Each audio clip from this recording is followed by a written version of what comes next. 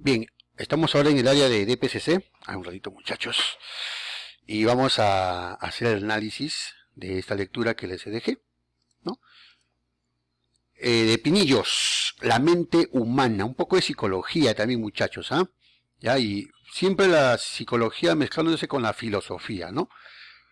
¿Percibe el hombre las cosas tales como son?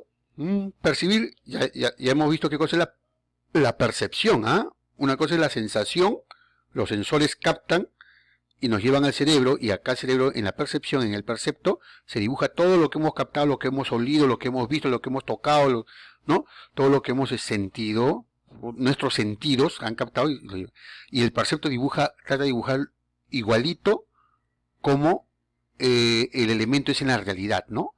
Eso es lo que vamos a leer. ¿Qué nos dice Pinillos? ¿El hombre percibe las cosas tales como son? Es evidente que no. Mira, si nos dice él, al menos no siempre, dice. Bueno, ya. Muchas veces nos equivocamos al reconocer a un amigo. Claro, tan parecido a otra persona que, ¿no? Y muchos pasatiempos basados en ilusiones ópticas así lo demuestran. Ya, eso ya sabemos, lo hemos visto en psicología, muchachos, así que la percepción es fácil de engañar, ¿no? Las ilusiones perceptivas, las ilusiones que son de formación de la percepción, tenemos dos, ¿no es cierto? Ilusión y alucinación, ¿sí? Pero la ilusión son las confusiones, pues, ¿no?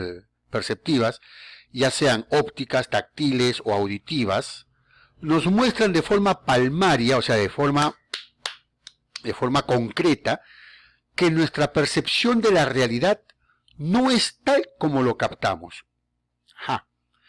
Cabría preguntarnos si nos encontramos en el punto de vista filosófico, o sea, en la vena filosófica, ¿no? Si los colores que vemos son propiedad de la cosa real o si es fabricación de nuestro cerebro al ser estimulado por las ondas electromagnéticas de cierta longitud que llegan a nuestros receptores ópticos. Profesor, no entendí eso. Ya, lo que te quiere decir es que si nosotros captamos los colores tal como son, el rojo, amarillo, verde, o simplemente, ¿no? Así te dice bien claro. A ver, un ratito acá, vamos a ver. O simplemente nuestro cerebro fabrica los colores estimulado por ondas electromagnéticas. Mira, yo te digo una cosa. ¿Qué pasaría, muchachos? Ustedes están con la luz blanca en la noche en su cuarto. ¿Y qué pasaría si yo lo apago la luz blanca y pongo un fluorescente o esos colores lila? Color lila. ¿Veremos los mismos colores al natural? No, ¿no es cierto? ¿Qué ha pasado ahí? Pero yo pregunto, ¿el color de mi casaca, de mi chompa, de mi pantalón cambió? No, no ha cambiado, sigue siendo la misma. Solo que yo veo otros colores, ¿no? Una cosa es verlo con la luz blanca, otra cosa es con verlo con un fluorescente lila. ¿Qué pasó ahí? Eso es lo que nos quiere decir, ¿no? Acá. Dice, o es que nuestro cerebro ha fabricado, ¿no? Al ser estimulado por las ondas electromagnéticas de cierta longitud que llegan a nuestros receptores ópticos. Un empirista inglés del siglo XVIII, John Locke, el famoso John Locke, empirista porque te digo que él dice, primero tocamos, primero existo, luego pienso, ¿no? Ya denominó estas cualidades como el color, el olor, el sabor, el sonido, cualidades secundarias, o sea, cualidades que no pertenecen a las mismas cosas, sino a nuestro modo de cómo percibimos o de ser afectados por ellos. ¿Ya? El hombre no ve las cosas tal como en sí mismas el objeto lo es, sino tales como son para mi cerebro. Por eso, un viejo sabio, llamado Protágoras de Abdera, decía, el hombre es la medida de todas las cosas. A ver, muy bien muchachos, hasta aquí. Es una lectura interesante, muy bonita. ¿Ya? Yo me divierto con esto porque nos hace pensar, ¿no? y puedo equivocarme, sí, pero en este caso ya lo he analizado bien, no me voy a equivocar, pero al inicio, sí, señores, sí, chicos, ¿ya? Así que si ustedes se equivocan, no hay problema, no hay problema, estamos para ir aprendiendo y mejorando, ¿no? Por supuesto. Como dicen en el inglés, por supuestation. A ver, chicos. Muy bien. Entonces dice que Protágoras decía, el hombre es la medida de todas las cosas. ¿Qué significa esto? Que nosotros vemos como nuestro cerebro quiere captar, finalmente. A ver, profesor, pero ¿qué pasaría una persona que sufre de los ojos, de la visión, ¿no es cierto? Y entonces ve los colores invertidos. Al rojo lo ve como verde y al verde lo ve como rojo. ¿Ah? ¿Sabían que hay esa enfermedad, no es cierto? Es decir, que tu vista tu percepción no lo capta el color original. ¿Sí? ¿Cómo se llama esa enfermedad? ¿Ah? En realidad hay varias enfermedades, ¿ah? ¿No? Con el cromo. La palabra cromo es color, ¿no es cierto? Entonces tenemos una de las enfermedades más comunes, por ejemplo, a ver, acá tengo, no soy médico, la tricomacia, por ejemplo, ¿no? La tricomacia, que no distingue el orden de los colores. O la otra acromatopsia, ¿no? Donde no simplemente no ve los colores pequeños, ya no puede distinguir, ¿no? Y la más conocida por todos nosotros, ¿no? El daltonismo, ¿no? El daltonismo. Entonces, ellos ven colores diferentes, van a discutir, ¿no? No, este es rojo, no es verde, es rojo, es verde. Muy bien. Ahora sí, pasamos entonces a la primera pregunta, muchachos. Dice, captar fielmente la realidad constituye, según la lectura, ¿ya? Captar fielmente la realidad constituye A, un resultado artificial, una situación excepcional, un privilegio de los filósofos, ¿ah? Un hecho sobrenatural, una ventaja del protagonista. Captar fielmente la realidad. ¿Qué cosa constituiría según la lectura? ¿Mm? Descartemos la C, un privilegio de los filósofos, no.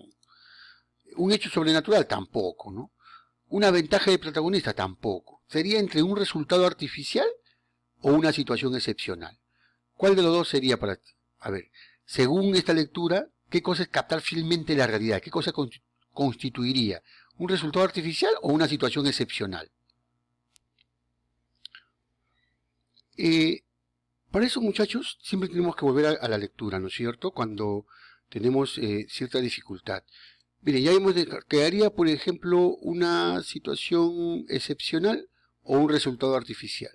Y nos dice que estos son actos equivocados, ¿no es cierto? Nos dice que nuestra percepción se equivoca, que no captamos siempre lo que es el objeto en realidad, ¿no es cierto? Y muchos, acá te pone de forma plasmática que nuestra percepción de la realidad no es fidedigna, ¿no es cierto? Es evidente que al menos que no, al menos no siempre, ajá, acá me dice algo, al menos no siempre, ¿ya? Entonces, viendo en esta lectura, ya descarté estos tres descarté, entonces veo estos dos. ¿Es un resultado artificial? ¿Hecha solamente por el cerebro? No. Sí, también hay un objeto en real. Pero el captar fielmente una realidad es un hecho excepcional. No siempre sucede. Ya generalmente en el cerebro, pero a veces puede que sí captemos lo que nos dice el cerebro, ¿no? Por lo tanto, la B sería la respuesta, ¿no? Entre las dos, yo me inclino por la B, que es la respuesta correcta, ¿no? Una situación excepcional, ¿ya? Profesor, ¿siempre captamos las cosas como son? No siempre. Algunas veces puede ser, no se descarte eso, entonces es excepcional. Artificial no, porque entonces sería pues todo del cerebro inventado y entonces diríamos que la realidad no existe, y eso no es así. ¿Ok? Pasemos a la segunda. A ver, según esta lectura, podemos afirmar que generalmente un astrónomo es el que se dedica al estudio del espacio, ¿no? ¿Tiene mayores ventajas de percepción ultrasensorial? La verdad que... ¿Tiene mejor capacidad auditiva que el hombre común? Hasta ahí ya voy descartando dos. O sea, mira, está fácil las preguntas. ¿Eh? No logra un conocimiento objetivo de los astros. Oh, eso puede ser, ¿eh? Nunca alcanzará un conocimiento absoluto de sí mismo. De sí mismo. Que ve de sí mismo la persona intrapersonal, ¿no? No tiene que ver con el astrónomo. Tiene una visión no aproximada de la realidad. Todos tenemos una visión aproximada de la realidad, ¿no? Pero ¿qué podemos afirmar generalmente lo de un astrónomo? Yo diría que sería la C. No logra un conocimiento objetivo de los astros. ¿Por qué? Porque objetivo de los astros significa que el astrónomo ve, si el astrónomo fuera objetivo, vería tal como son los astros. tal y como son. Pero ya hemos visto que el ser humano, y el astrónomo también es un ser humano, ¿no es cierto?, no siempre ve cómo son las cosas. Entonces, no logra un conocimiento objetivo. ¿Sí? Sería la respuesta la C, muchachos. Pasemos a la tercera. En el texto, el hombre es la medida de todas las cosas. ¿Qué cosa equivale a decir? ¿Qué significaría? ¿Que las cosas se definen en función de la percepción individual? ¿Que los objetos deben ser vistos por el hombre de manera exacta? Bueno, descartemos esto, ¿no? Ya les expliqué antes, y eso sí, por favor, el hombre es la medida de todas las cosas. Vuelvan a escuchar el video y se dan cuenta qué cosa quiero decir. Cada persona reproduce las cosas sin el consenso de los demás. Hasta ahorita la B y la C descartado. La A puede ser. La D, para cada persona existe una cosa diferente a la que conoce. Puede ser. Quería la A, la D. Y la E, no siempre es posible tener una idea aproximada de las cosas. También puede ser. Entonces tenemos la A, la B y la C. ¿Qué dicen ustedes, muchachos?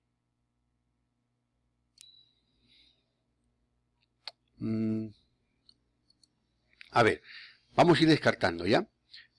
Habíamos dicho que la A, la D, ¿no? A ver, la E, no siempre es posible tener una idea aproximada de las cosas. Sí, pero eso no tiene que ver con el hombre en la medida de todas las cosas, ¿ya? El hombre es la medida de todas las cosas, es decir, el hombre interpreta las cosas tal como el hombre quiere, ¿sí? Como el hombre quiere, eso es lo que quiere decir. Entonces la E no es. La D, para cada persona existe una cosa diferente a la que conoce, puede ser. ¿Las cosas se definen en función de la percepción individual? Sí. De acuerdo a tu percepción, tú ves tu realidad. En cambio, para cada persona existe una cosa diferente a la que conoces. No. La cosa siempre va a ser la misma. El objeto siempre va a ser el mismo. ¿No es cierto? Entonces, el objeto no cambia. Lo que cambia es tu percepción. Entonces, es una percepción individual. Cada uno tiene su propia percepción y ve las cosas a su manera como son. ¿Sí? Entonces, la respuesta sería la A.